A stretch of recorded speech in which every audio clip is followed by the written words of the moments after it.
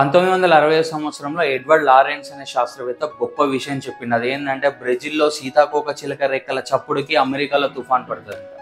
అదేవిధంగా మనం మన జీవితంలో తీసుకునే చిన్న చిన్న తేలికపాటి నిర్ణయాలు ఫ్యూచర్లో వచ్చేసి పెను మార్పులను తీసుకొని వస్తాయి. అది సేమ్ ఇదే కాన్సెప్ట్ని బటర్ఫ్లై కాన్సెప్ట్ అంటారు. మహాత్మా గాంధీ మన దేశానికి రాకముందుకే గాంధీజీ యొక్క హత్యకి ఒక విత్తనాలు నాటించబడింది 1905 సంవత్సరంలో లార్డ్ కర్జన్ ద్వారా. ఈ లార్డ్ కర్జన్ ఏం చేసిండంటే బెంగాల్ని డివైడ్ చేసిండు, హిందూ ముస్లింలను డివైడ్ చేసిండు. ఈస్ట్ బెంగాల్ అయిపోయింది, వెస్ట్ బెంగాల్ అయిపోయింది. సో ఈ బెంగాల్లో జరిగిన ఈ విభజన విత్తనం ఏదైతే ఉన్నదో దీనివల్ల మన భారతదేశంలో వచ్చిన మొదటి మార్పు ఆల్ ఇండియా ముస్లిం లీగ్ అనే పొలిటికల్ పార్టీ ఏర్పాటు. ఈ ఆల్ ఇండియా ముస్లిం లీగ్ వాళ్ళు ఏం ఆలోచించారంటే ఇది ఇండియా, హిందువులు ఎక్కువ మంది ఉన్నారు, పరిపాలన కూడా వాళ్ళకే పోతుంది, వాళ్ళ చేత మేము పరిపాలించబడాలన్నా కాదు, ముస్లింలు అత్యధిక జనాభా ఉన్న ప్రాంతాల్లో ముస్లింలే ప్రాతినిధ్యం వహించాలని ఒక సింగిల్ పాయింట్ ఎజెండాతో వచ్చిన political party all India Muslim league party. ఇన్ని భావజాలాల మధ్య మన హిందుత్వం కూడా చిన్న అంకురార్పణ జరిగింది. 1910 సంవత్సరంలో మదన్ మోహన్ మాలవ్య గారు ఏం చేసిందంటే హిందూ మహాసభను ఏర్పాటు చేయడం జరిగింది. ఈ హిందూ మహాసభ యొక్క మెయిన్ ఎజెండా ఏంటంటే హిందుత్వాన్ని కాపాడాలి, రెండోది మన సనాతన ధర్మాన్ని పరిరక్షించుకోవాలి, మూడోది ఎటువంటి జాతులు వర్గాలు కులాలు అన్న భావన లేకుండా హిందువులందరూ కలిసి సంఘటితమే ఒక శక్తిగా నిలబడాలన్నది హిందూ మహాసభ యొక్క మెయిన్ ఎజెండా. గాంధీజీ మన భారతదేశ స్వాతంత్ర ఉద్యమానికి నాయకత్వం వహించిన క్షణం నుండి భారతదేశ రాజకీయాల్లో గందరగోళ పరిస్థితులు నెలకొన్నాయి. మొదటి ప్రపంచ యుద్ధం తర్వాత స్వరాజ్యం ఇస్తానని మాట తప్పిన బ్రిటిష్ వారు మన ఇండియన్స్ ఎక్కడ తిరుగుబాటు చేస్తారో అని చెప్పేసి తీసుకొచ్చిన చట్టమే రౌలత్ చట్టము. ఈ రౌలత్ చట్టానికి పర్యవసనమే జలియన్వాలాబాగ్ మారణకాండ. ఇన్ని పరిస్థితుల మధ్య గాంధీజీ గారు తీసుకున్న మరొక విమర్శించదగ్గ డిసిషన్ వచ్చేసి ఖిలాఫత్ ఉద్యమానికి సపోర్ట్ చేయడం. గాంధీజీ గారు ఏం చేసిళ్ళు, మొదటి ప్రపంచ యుద్ధంలో యువకులందరినీ రిక్రూట్ చేసి బ్రిటిష్ ఆర్మీకి అప్పచెప్పారు. బ్రిటిష్ వాళ్ళు ఏం చేసిళ్ళు, మన ఇండియన్స్ యూజ్ చేసుకొని వాళ్ళు టర్కీకి ఆపోజిట్గా యుద్ధం చేశారు. మన భారతీయులు వాళ్ళ రక్తాన్ని చిందించి మరి బ్రిటిష్ వాళ్ళకి ఏం చేసిళ్ళు, విజయాన్ని ఇచ్చారు. ఈ బ్రిటిష్ వాళ్ళు ఏం చేసిళ్ళు, వాళ్ళకి అగెనిస్ట్గా యుద్ధం చేసిన టర్కీ యొక్క ఖలీఫా పీఠాన్ని కూలగొడదామని చెప్పేసి బ్రిటిష్ వాళ్ళు నిర్ణయం తీసుకున్నారు. గాంధీజీ యూటర్న్ తీసుకొని టర్కీ వాళ్ళకి సపోర్టింగ్గా ఆ ఖలీఫా పీఠాన్ని కింద కూల్ చేయకుండా చేసిన ఉద్యమే ఖిలాఫత్ ఉద్యమం. దానికి గాంధీజీ గారు ఇక్కడ సపోర్ట్ ఇచ్చారు. అసలు ఖలీఫా పీఠం అంటే ఏంటంటే టర్కీలో ఒట్టోమన్ సామ్రాజ్యం అనేది ఉంటుంది. ఆ సామ్రాజ్యంలో వాళ్ళ మతాధికారి కూర్చునే పీఠాన్ని వచ్చేసి ఖలీఫా పీఠం అంటారు. అది ఓన్లీ పరిపాలనా పీఠం కాదు, ప్రపంచ ముస్లింలందరికీ ఒక ఆధ్యాత్మిక కేంద్రం అన్నమాట. బ్రిటిష్ వాళ్ళు ఆ పీఠాన్ని కూల్చుదామని ట్రై చేయగానే మన ఇండియాలో ఉన్న ముస్లిమ్స్ అందరు ఏమనుకున్నారంటే ఇది ఇస్లాం మీద డైరెక్ట్ అటాక్ అని ఫీల్ అయ్యి మన భారతదేశంలో ఉన్న అలీ బ్రదర్స్ అంటారు, వాళ్ళు షౌకత్ అలీ, మహమ్మద్ అలీ, వీళ్ళిద్దరు కలిసి ఏం చేసిందంటే ఖిలాఫత్ మూవ్మెంట్ని స్టార్ట్ చేసింది. గాంధీ గారు ఏమనుకున్నారంటే ఇది ఒక మంచి అవకాశం, హిందువులకు ముస్లింల మధ్య ఐక్యత తీసుకొద్దామని చెప్పేసి గాంధీజీ గారు పోయి ఖిలాఫత్ ఉద్యమానికి సపోర్ట్ చేసి అక్కడ ఎక్కడో ప్రపంచంలో అవతల దేశంలో ఉన్న టర్కీలో ఉన్న మత సమస్యను తీసుకొని వచ్చి మన భారతదేశ జాతీయ ఉద్యమంలో కలిపి దీన్ని మన జాతీయ సమస్యగా మార్చిపడేసింది. అయితే ఈ ఖిలాఫత్ ఉద్యమంలోనే తీసుకున్న మరొక నిర్ణయం వచ్చేసి నాన్ కోఆపరేటివ్ మూవ్మెంట్, సహాయ నిరాకరణ ఉద్యమం. గాంధీజీ గారు ఏం చేసిందంటే కాంగ్రెస్ వాళ్ళని ఒప్పించి ఈ సహాయ నిరాకరణ ఉద్యమాన్ని 1920 సంవత్సరంలో స్టార్ట్ చేయడం జరిగింది. మన భారతదేశంలో నేషనల్ వైడ్ గా వచ్చిన ఒక విప్లవము. ఈ సహాయ నిరాకరణ ఉద్యమంలో మెయిన్ పార్ట్ ఏంటంటే బిరుదులను వదిలేయడము. మనకు ఫస్ట్ పార్ట్ లో మనం చెప్పుకున్నాం గాంధీజీ గారికి ఉన్న బిరుదు ఉన్నది ఖైజర్-ఐ హింద్ అని చెప్పేసి.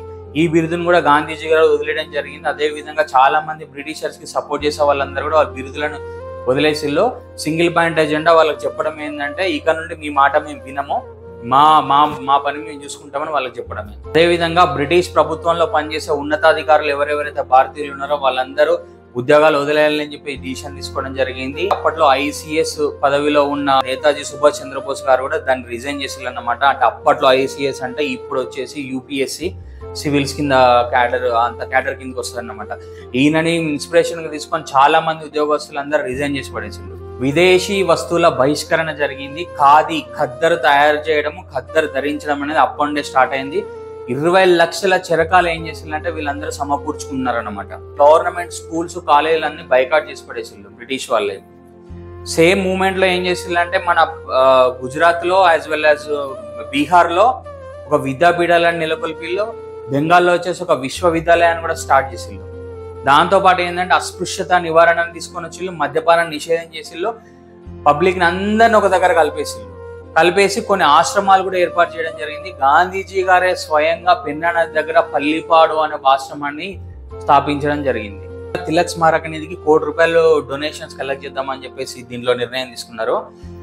ఎంత ఈ ఉద్యమం పబ్లిక్ లకు పోయిందంటే మన సౌత్ ఇండియాలో ఉన్నవాళ్ళ లక్ష్మీబాయి అమ్మ, మాగంటి అన్నపూర్ణం అనే 2 మహిళలు వాళ్ళ మంగళసూత్రం సైతం తీసిచ్చేసారు అన్నమాట. స్థానిక సంస్థలలో, ఈ మున్సిపాలిటీలలో, గ్రామ పంచాయతీలలో పనిచేసే వాళ్ళందరూ ఉద్యోగాలకు రాజీనామా చేసిళ్ళు. వాళ్ళకి ఎవరికి సభ్యత్వాలు ఉన్న సభ్యత్వాలు కూడా రద్దు చేసేసుకున్నారు. అంత వైబ్రెంట్ గా పోయింది. అదే విధంగా లాయర్లు ఏం చేసిందంటే కోర్టులను బహిష్కరించిళ్ళు. అందులో వచ్చి చాలా ఇంపార్టెంట్ అంటే సి రాజగోపాలాచారి గారు, డాక్టర్ రాజేంద్ర ప్రసాద్ గారు, మన టంగుటూరి ప్రకాశం పంతులు గారు, మన మోతిలాల్ నెహ్రూ గారు, అదేవిధంగా చిత్తరంజన్ దాస్ వాళ్ళు, వీళ్ళందరూ ఏం చేసిందంటే వీళ్ళు కూడా కోర్టులు అసలు న్యాయవాద వృత్తిని వదిలేసి, వీళ్ళు చాలా మందికి ఆదర్శంగా తీసుకొని చాలా మంది న్యాయవాదులు వాళ్ళు వృత్తుల్ని వదిలేసి ఉద్యమంలోకి వచ్చిళ్ళు. ఎందుకు వచ్చిందంటే ఒకటే ఒక మాట, గాంధీజీ గారు ఇచ్చిన పిలుపుతోటి ప్రజలందరూ కనుక నాకు సహకరిస్తే, మన అందరం కలిసి పోరాడితే కేవలం ఒకటే ఒక సంవత్సరంలో మనము స్వరాజ్యం సంపాదించుకోవచ్చు అని గాంధీజీ ఇచ్చిన పిలుపుతోటి మొత్తం భారతదేశం మొత్తం వచ్చింది. ఎక్కడ చూసినా ఉద్యమ జ్వాలలో మన నిరసన పొగలతోటి భారతదేశం మొత్తం నిండిపోయింది. ఎంత లోపలికి వెళ్ళిందంటే నేను చెప్తా వినండి. మన సౌత్ ఇండియాలో కూడా చీరాల పేరల ఉద్యమం జరిగింది. మన ఆంధ్ర రత్న అంటారు దుగ్గిరాల గోపాలకృష్ణ, ఆయన ఏం చేసిందంటే అక్కడ విపరీతమైన ట్యాక్సులు వేస్తా అంటే ఆయన ఏం చేసిండు, అక్కడ ఉద్యమం చేసిండు చీరాల పేరలలో. మామూలుగా ఏంటంటే అక్కడ రైతులకి సంవత్సరానికే 20 నుండి 30 రూపాయలు వస్తాయి. ఈ అంగ్రేజ్ వాళ్ళు ఏం చేసిండు, ₹7 ట్యాక్స్ ఇచ్చిళ్ళు. వచ్చే ₹20 నీకు ₹7 ఇస్తాం, మేము తినేది ఏందని చెప్పేసి వీళ్ళందరూ ఏం చేసిండ్రు అంటే మేము పన్నులు కట్టమని చెప్పేసి గాంధీజీ గారు అండ చూసుకొని గాంధీజీ గారు ఇచ్చిన పిలుపుతోటి వీళ్ళందరూ బైకాట్ చేసి చల్ మీ సరౌండింగ్స్ లో మేము మున్సిపాలిటీలో ఉండమని చెప్పేసి బ్రిటిష్ సరౌండింగ్స్ దాటిపోయి ఊరవతలు ఎక్కడనో స్వతంత్ర భారత పాలెం అని ఒక విలేజ్ నిర్మించుకొని అక్కడ గుడిసెలు వేసుకొని అక్కడ ఉండడం స్టార్ట్ చేసింది. అదేవిధంగా బ్రిటిష్ వాళ్ళు ఏం చేసిందంటే భారతదేశం మాదే, భారతీయులు మా వాళ్ళే, భారతదేశంలో పేరు గడ్డి కూడా మాదే అని చెప్పేసి గడ్డి మీద కూడా ట్యాక్స్ వేసిళ్ళు. దాన్ని పుల్లరీ ట్యాక్స్ అంటారు. ఈ పల్నాడులో జరిగిందన్నమాట. పల్నాడులో ఏం చేసిందంటే పశువులకు ఆకలి అడవిలోకి పోయి తినేటి, లేకపోతే కొండ ప్రాంతాల్లో పోయి అక్కడ గడ్డి మేసేటి. అట్లా ప్రతి ఒక్క పశువుకి 3 అణాలు ఛార్జ్ చేసిళ్ళు. దాన్ని ఏం చేసిళ్ళు, దాన్ని 7 అణాలకు పెంచేసరికి పబ్లిక్ అదే మూమెంట్ లో మేము కట్టమని చెప్పేసి వాళ్ళు కూడా తిరుగుబాటు చేసిళ్ళు. కన్నెగంటి హనుమంతరావు అని ఉన్నాడు, ఈయన ఆధ్వర్యంలోనే అక్కడ జరిగిందన్నమాట. అప్పుడు ఏం చేసిల్లంటే ఈ ఉద్యమాన్ని తొక్కేయాలని చెప్పేసి బ్రిటిష్ వాళ్ళు అరెస్టులు చేసిళ్ళు. కానీ ఈసారి అరెస్ట్ చేసింది మనుషులను కాదు, పశువులను అరెస్ట్ చేసి బందుల దొడ్లో కట్టేసుకున్నారు వాళ్ళు. ఈ పట్టణాలే కాకుండా చిన్న టౌన్లే కాకుండా గ్రామాలలో కూడా పోయింది. పెదనందిపాడు అని చెప్పేసి ఒక గ్రామం ఉన్నది. గ్రామంలో వచ్చేసి పర్వతనేని వీరయ్య చౌదరి అనే ఆధ్వర్యంలో వీళ్ళు ఏం చేసిల్లంటే మేము పన్నులు కట్టమని చెప్పేసి వీళ్ళు ఉద్యమం చేసిళ్ళు. మీ అందరికి తెలిసిన రూథర్ఫర్డ్, అల్లూరి సీతారామరాజు హయాంలో ఉన్నప్పుడు రూథర్ఫర్డ్ ఇక్కడ ఉన్న ట్యాక్సులు ఇస్తా ఉంటే పబ్లిక్ కట్టమని చెప్పేసి పబ్లిక్ కూడా ఏం చేసిందంటే ఉద్యమంలో పాల్గొని మన ప్రభుత్వాన్ని బైకాట్ చేసేయాలన్నమాట. ఇంత భారీ ఎత్తున ఎందుకు వచ్చిందంటే కేవలం ఒక సంవత్సరంలో మనకి స్వరాజ్యం రాబోతుందన్న ఊపిలో ప్రతి ఒక్కరు ముసలి వాళ్ళ నుండి చిన్నపిల్లల దాకా ప్రతి ఒక్కరి నోట్లో ఒకటే మాట, వందే మాతరం, వందే మాతరం, వందే మాతరం. ఈ విధంగా మొత్తం భారతదేశం మొత్తం హై స్పిరిట్ తోటి ఉన్న టైంలో జరిగింది ఒక ఘోరమైన సంఘటన. అది 1922 ఫిబ్రవరి 4వ తారీఖున ఉత్తరప్రదేశ్ లోని గోరఖ్పూర్ దగ్గర ఉన్న చౌరా చౌరీ అనే ప్లేస్ లో జరిగింది ఈ సంఘటన. మనం నిరసన ప్రదర్శనకారులు వెళ్తా ఉంటే బ్రిటిష్ వాళ్ళు ఏం చేసిందంటే గన్ ఫైరింగ్ చేస్తే 3 భారతీయులు చనిపోయారు, 3 ప్రదర్శనకారులు చనిపోయారు.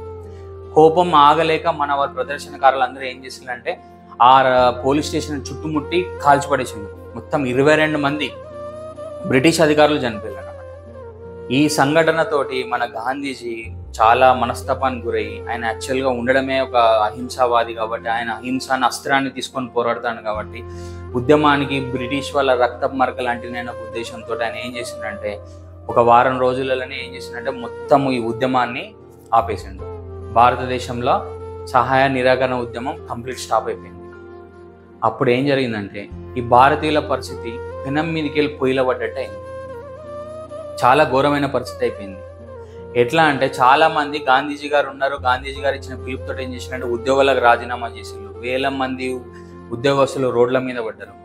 చాలా మంది పిల్లలు విద్యార్థులు స్కూళ్ళలో కాలేజీలో జాయిన్ కాలేదు, వాళ్ళకి విద్యా సంవత్సరం మొత్తం లాగ్ అయిపోయింది. చాలా మంది స్థానిక సంస్థలలో సభ్యత్వాలు కూడా కోల్పోయారు.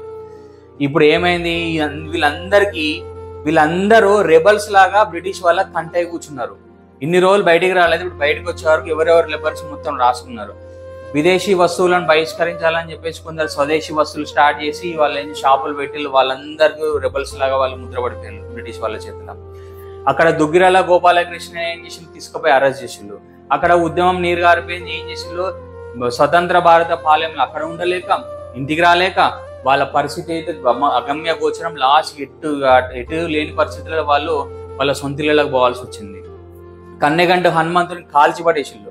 పర్వతనేని వీరయ్య చౌదరిని తీసుకుపోయి లాంగ్ లాస్టింగ్ జైల్లో పెట్టడం వల్ల మొత్తానికి అక్కడ ఉద్యమం అనేది సమసిపోయింది.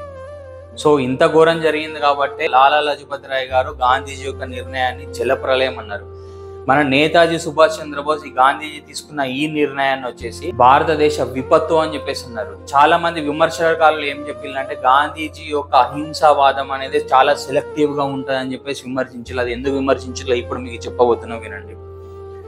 1922 సంవత్సరంలో ఫిబ్రవరి 4 చౌరా చౌరీ ఘటన జరిగింది. 22 మంది బ్రిటిష్ వాళ్ళు చనిపోయారు. అక్కడ వరకు ఓకే. కానీ ఆ సంఘటన తర్వాత 170 మందిని భారతీయులను అరెస్ట్ చేసి 17 మందికి ఊరేసిల్లు. ఇది వదిలేసేయండి. 1922లో చౌరా చౌరీ సంఘటన జరగక ముందుకే 1921లో ఇంకొక సంఘటన జరిగింది. అది 1921 నవంబర్లో జరిగింది. మన బ్రిటిష్ వైస్రాయ్ లార్డ్ రీడింగ్ అని ఉంటాడు. ఆయన బొంబాయిలో ఒకసారి వచ్చినప్పుడు ఆయనకు అగెనిస్ట్ గా ప్రదర్శనలు చేసిందన్నమాట మన భారతీయులు. సో ఈ ప్రదర్శనలు ఏం చేసిందంటే బ్రిటిష్ వాళ్ళు మన మీద కాల్పులు జరపడం వల్ల అక్షరాల 52 మంది భారతీయులు చనిపోయారు, 300 మంది గాయపడ్డారు. ఇక్కడ జరిగింది హింస. గాంధీజీ ఎప్పుడు చెప్పిండు, ఒక చెంప మీద కొడితే ఇంకొక చెంప చూపెట్టమన్నాడు. మరి 52 మంది చనిపోతే ఏం చేయాలని చెప్పలేదు. ఇది చాలా మంది గాంధీజీని వ్యతిరేకించే వాళ్ళు అడిగే మొట్టమొదటి సూటైన ప్రశ్న. చౌరా చౌరీ సంఘటనలో బ్రిటిష్ వాళ్ళు చనిపోతే అది అహింస అయిపోయింది. కానీ బొంబాయిలో జరిగిన 52 మంది చనిపోతే అది హింస కాలేదు. ఇంకొక సంఘటన జరిగింది, చాలా బాధాకరమైన సంఘటన. 1921 ఇంకా కొంచెం ముందుకెళ్తే ఆగస్టులో జరిగిన సంఘటన. కేరళలోని మలబార్ ప్రాంతంలో మోప్లా అని ఉంటుంది తెగ. ఈ మోప్లాలందరూ ముస్లిమ్స్ అనమాట, అక్కడ ఉన్న రైతులు. వీళ్ళు ఏం చేసిందంటే ఖిలాఫత్ ఉద్యమాన్ని ముందుకు తీసుకెళ్తా ఉన్నారు. ఖిలాఫత్ ఉద్యమం వచ్చేసి బ్రిటిష్ వాళ్ళకి ఆపోజిట్ గా వెళ్ళడం. సో ఫస్ట్ టైం ఏం చేసిందంటే ఉద్యమం స్టార్టింగ్ లా బ్రిటిష్ వారి కార్యాలయాలు, బ్రిటిష్ వాళ్ళ పోలీస్ స్టేషన్లను ఆక్రమించుకోవడము, వాళ్ళని చేయడము, అక్కడ ధ్వంసం చేయడంతో స్టార్ట్ అయ్యి ఆ తర్వాత మెల్లమెల్లగా వచ్చే హిందూ జమీందారుల ఇళ్ల మీద పడి దోచుకోవడం స్టార్ట్ చేసింది. అక్కడ నుండి ఏం చేసిందంటే మిగతా హిందువుల మీద పడి బలవంతపు మత మార్పిళ్ళు, బలవంతపు పెళ్లిళ్ళు, ఒప్పుకోకపోతే తల్లిదండ్రులు ఎదుట రేవ్ చేయడాలు, గర్భిణీ స్త్రీల గర్భస్రావం చేయడాలు, ఎదురు తిరిగిన వాళ్ళ తలకాయలు నరకడం మొత్తం మొదలుకొని 10,000 మంది హిందువులు చనిపోయారు ఒక్క మోప్లాలోనే, ఒక్క మలబార్ ప్రాంతంలో కేరళలోనే. వెంటనే రిటాలియేట్ అయిన బ్రిటిష్ గవర్నమెంట్ ఏం చేసిందంటే ఫస్ట్ టైం మార్షల్ లా పెట్టింది. మద్రాస్ ప్రెసిడెన్సీ నుండి తీసుకొచ్చింది చాలా మంది సైనిక బలగాలని, యుద్ధ విమానాలను మోహరించి మొత్తం పూర్తిగా సంరక్షణ చేసింది అనమాట. ఎక్కడ ఏం జరగకుండా 45,000 మంది మోప్లాలను వీళ్ళు అరెస్ట్ చేసింది. ఎట్లాంటి సంఘటన జరిగిందంటే అరెస్ట్ చేసిన వాళ్ళని పెట్టడానికి ప్లేస్ లేక రైల్వే వ్యాగన్ లో 70 మందిని కుక్కితే 70 మంది మోప్లా ముస్లింలు ఊపిరాడక చనిపోయారంటే అట్లాంటి పరిస్థితి ఏర్పడ్డది మోప్లా రెబెలియన్ ద్వారా. కానీ గాంధీజీ కూడా అప్పుడు కూడా వెంటనే మన సహాయ నిరాకరణ ఉద్యమాన్ని ఆపేయలేదు. ఎందుకంటే అందులో చనిపోయింది హిందువులు. నవంబర్లో బాంబేలో చనిపోయింది భారతీయులు, బ్రిటిష్ వాళ్ళు కాదు. కానీ చౌరా చౌరీ సంఘటనలో చనిపోయింది బ్రిటిష్ వాళ్ళు, 22 మంది బ్రిటిష్ వాళ్ళు చనిపోయింది. అందుకే ఆయన అక్కడ ఉద్యమాన్ని ఆపేసిందని చెప్పేసి చాలా మంది విమర్శించే వాళ్ళు కూడా ఉన్నారు. ఈ ప్రశ్నలకు ఎక్కడ మనకు చరిత్రలో సమాధానం లేదు. ఏది నిజం ఏది అబద్ధం చెప్పడానికి ఎవరు కరెక్ట్ గా లేరు. కానీ జరిగిన సంఘటనలన్నీ వాస్తవం అన్నమాట. హిందువులందరూ చాలా బాధపడ్డ సిచ్యువేషన్ ఏంటంటే గాంధీజీ గారు ఆ ఇన్సిడెంట్ మోప్లాలో జరిగిన తర్వాత దాన్ని ఖండించకపోగా ఆయన ఏం చెప్పిందంటే మోప్లాలో చాలా వీరులు, వాళ్ళని ఎవరో మిస్గైడ్ చేయడం వల్ల ఇట్లా జరిగింది. హిందువులు ఆత్మ పరిశీలన చేసుకోవాలి. ఇంత ముందుకు మీరు ముస్లింలతో ప్రవర్తించిన తీరు విధానాన్ని మీరు ఆత్మ పరిశీలన చేసుకోవాలని చెప్పేసి గాంధీజీ గారు స్టేట్మెంట్ ఇవ్వడం జరిగింది. సో చౌరా చౌరీ సంఘటనలో మొత్తం ఉద్యమాన్ని ఆపేయడం ద్వారా ఎక్కువగా బాధపడ్డది హిందువులు. ఎందుకంటే వీళ్ళ మీద జరిగిన అత్యాచారాన్ని ఖండించలేని గాంధీజీ చౌరా చౌరీ సంఘటనలో బ్రిటిష్ వాళ్ళ మీద జరిగిన దారుణానికి ఆయన మొత్తానికి సహాయ నిరాకరణ ఉద్యమాన్ని ఆపడం అనేది చాలా విమర్శనాత్మకంగా అయిపోయింది. 1922 చౌరా చౌరీ సంఘటన తర్వాత, గాంధీజీ డిసిషన్ తర్వాత మొత్తానికి ఒకటేసారి మన భారతదేశంలో ఉన్న స్వాతంత్ర ఉద్యమకారులందరూ ఒకటేసారి రెండుగా స్ప్లిట్ అయిపోయారు. ఆ తర్వాత ఏం జరిగిందో తెలుసుకోవాలంటే wait for next episode. Thank you very much.